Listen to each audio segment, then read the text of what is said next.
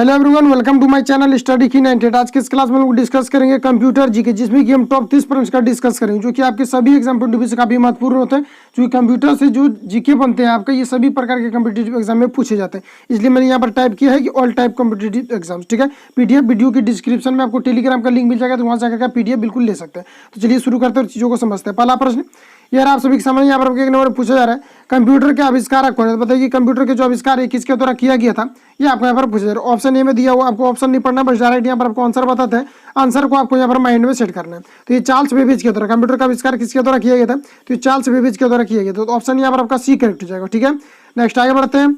Next यहाँ पर आपको 2 नंबर में पूछा जा रहा है, सबसे पहला कंप्यूटर का नाम क्या था? बताइए। तो पहला कंप्यूटर की अगर हम बात करें कि जो सबसे पहला जो कंप्यूटर था, इसका नाम था आपका इनिक था। ठीक है, तो ऑप्शन यहाँ पर आपका बी करेक्ट हो जाएगा। इसका अगर फुल फॉर्म की अगर हम बात करें तो ये हो जाएगा आपका electronic numerical integrator and computer. ठीक है, तो ऑप्शन यहाँ पर आपका बी करेक्ट हो जाएगा। इसका फुल फॉर्म भी आप लोग नोट कर लेंगे। नेक्स्ट आगे बढ़ते हैं।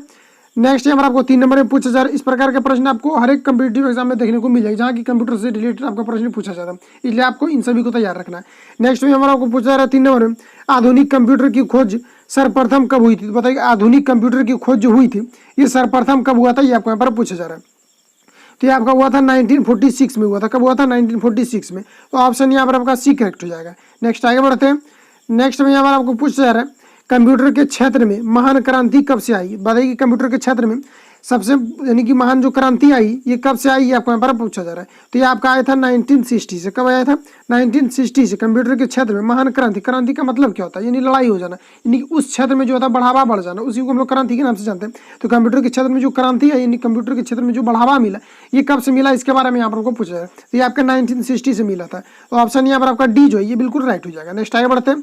नेक्स्ट यहाँ पर आपको पूछा जा रहा है 5 नंबर में, कंप्यूटर का हिंदी नाम क्या? तो ये सभी को पता होना चाहिए। ठीक है, तो कंप्यूटर का हिंदी नाम की अगर हम बात करें तो ये आपका संगणक होता है। आप किसी भी कंप्यूटर अगर क्लास में पढ़े होंगे 7 और 8 में ही ये सब बता दिया जाता है कि कंप्यूटर का जो हिंदी नाम होता है ये आपका संगणक, लेकिन ये आपका कॉम्पिटिटिव एग्जाम में भी पूछा जाता है। तो ऑप्शन यहाँ पर आपका बी राइट है। कंप्यूटर का हिंदी नाम क्या है? तो ये आपका संगणक है।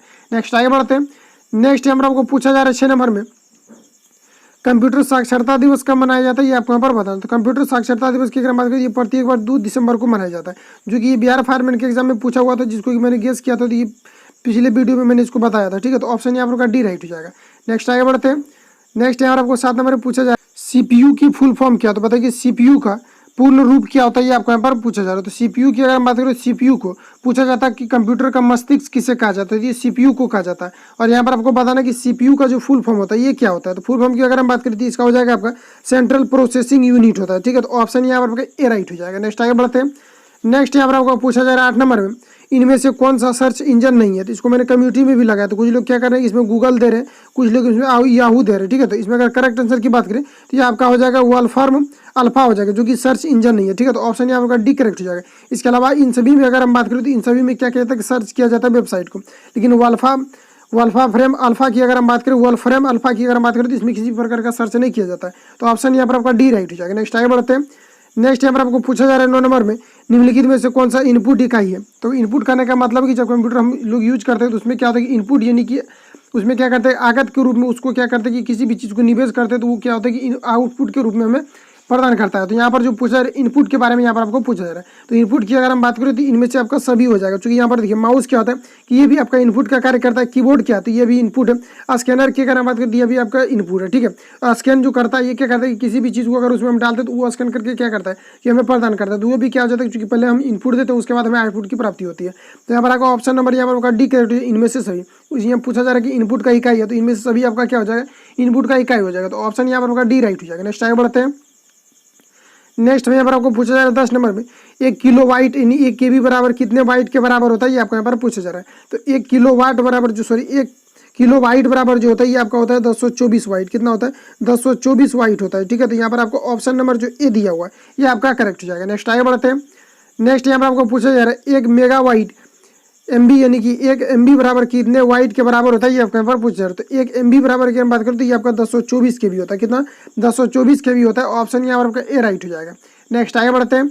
नेक्स्ट यहाँ पर आपको पूछा जा रहा है 1 गीगाबाइट बराबर कितना होता है? 1 गीगाबाइट यानी 1 GB कितने वाइट के बराबर होते हैं, ये आपको यहाँ पर बताना है। तो 1 GB जो होता है ये 1024 MB के बराबर होता है। ठीक है, यानी 1 GB बराबर जो MB होता है ये कितना होता है, ये 1024 MB होता है। ठीक है, तो यहाँ पर आपका ऑप्शन नंबर बी करेक्ट हो जाएगा। नेक्स्ट आगे बढ़ते हैं। नेक्स्ट यहाँ पर आपको पूछा जा रहा है कंप्यूटरों में प्रयुक्त आईसी चिप बनते हैं। तो कंप्यूटर में जो प्रयुक्त होता है आईसी चिप, ये किस पदार्थ का बना होता है, ये आपको यहाँ पर पूछा जा रहा है। तो ये जो बना होता है ये सिलिकॉन का बना होता है, ठीक है। तो ऑप्शन यहाँ आपका बी करेक्ट हो जाएगा।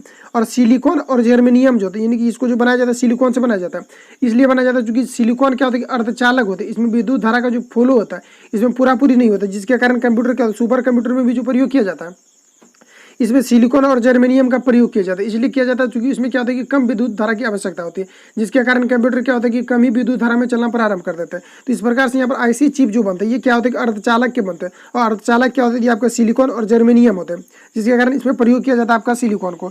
तो ऑप्शन यहाँ पर आपका डी राइट हो जाएगा। नेक्स्ट आगे बढ़ते हैं। नेक्स्ट में आप लोगों को पूछा जा रहा है 14 नंबर में, इंटरनेट के पत्ते में पद HTTP का सही विस्तृत रूप क्या है, ये आपको यहाँ पर बताना। HTTP स्लाइड जो डालते हैं इसमें HTTP का विस्तृत रूप क्या होता है ये आपको यहाँ पर पूछा जा रहा है। तो इसका मतलब होता है हाइपर टेक्स्ट ट्रांसफर प्रोटोकॉल होता है। तो ऑप्शन आपका डी करेक्ट हो जाएगा। इन सभी प्रश्नों को आपको डायरेक्ट याद रखना चाहिए। ये क्या हो जाएगा, हाइपर टेक्स्ट ट्रांसफर प्रोटोकॉल होता है HTTP का। तो ऑप्शन यहाँ पर आपका डी राइट हो जाएगा।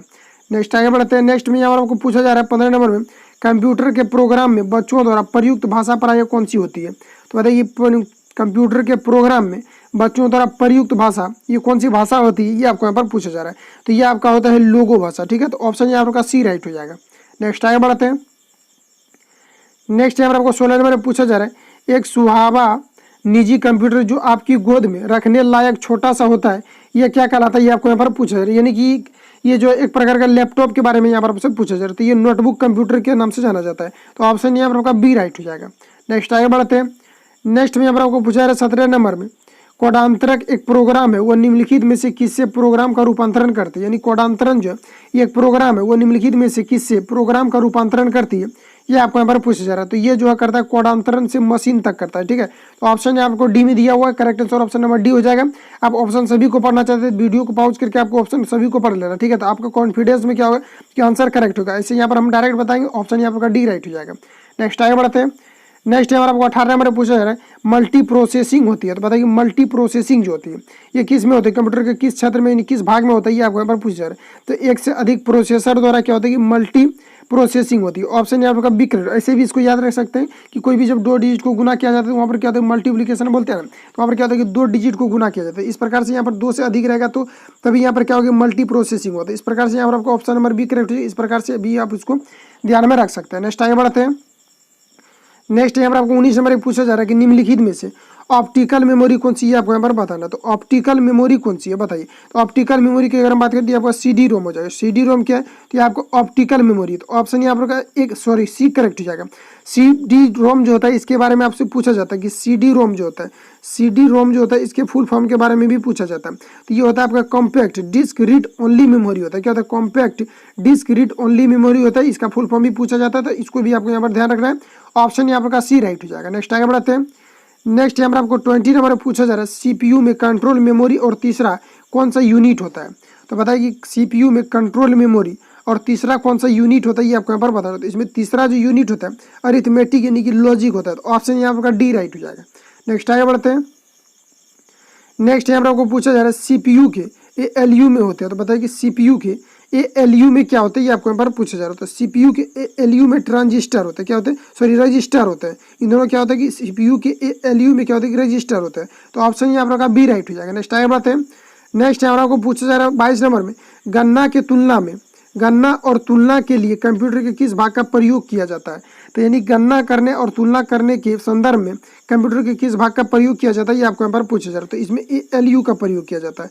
ऑप्शन यहाँ पर आपका सी करेक्ट हो जाएगा। नेक्स्ट आगे बढ़ते हैं।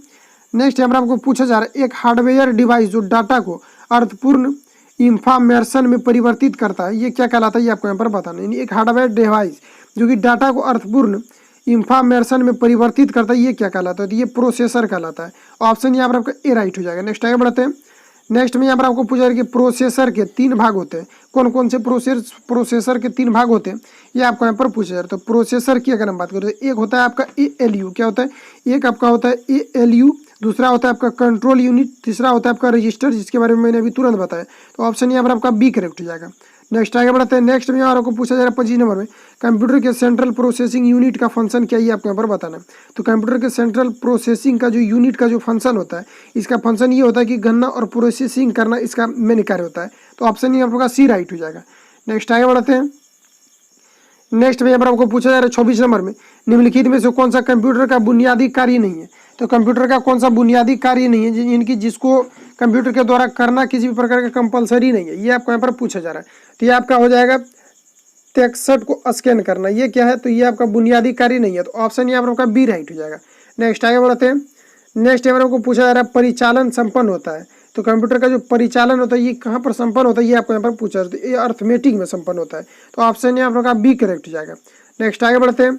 नेक्स्ट यहाँ पर आपको 28 नंबर पूछा रहा है, कंप्यूटर के अधिकांश प्रोसेसिंग किस में होती है।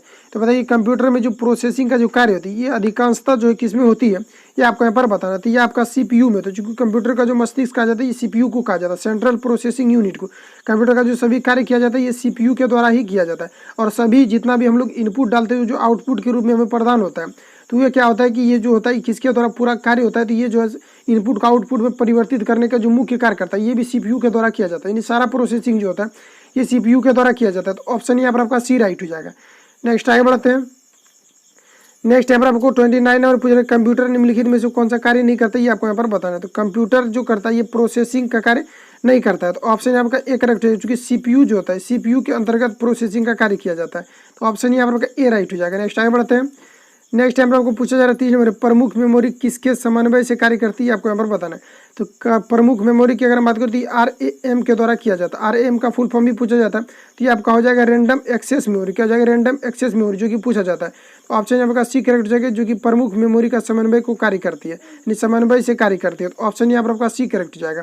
बस इतना ही पर लेकर के आए थे। मिलेंगे नेक्स्ट वीडियो में। अगर वीडियो आपको हेल्पफुल लगता है, चैनल को सब्सक्राइब करके बेल आइकन को प्रेस कर लें, क्योंकि जब भी मैं वीडियो अपलोड करता हूं आप तक नोटिफिकेशन जा रहा है, आसानी डेली वीडियो को ऐसे इंटरेस्टिंग वीडियो को देख पाए। तो मिलते हैं नेक्स्ट वीडियो के साथ। Thank you for watching. Best of luck.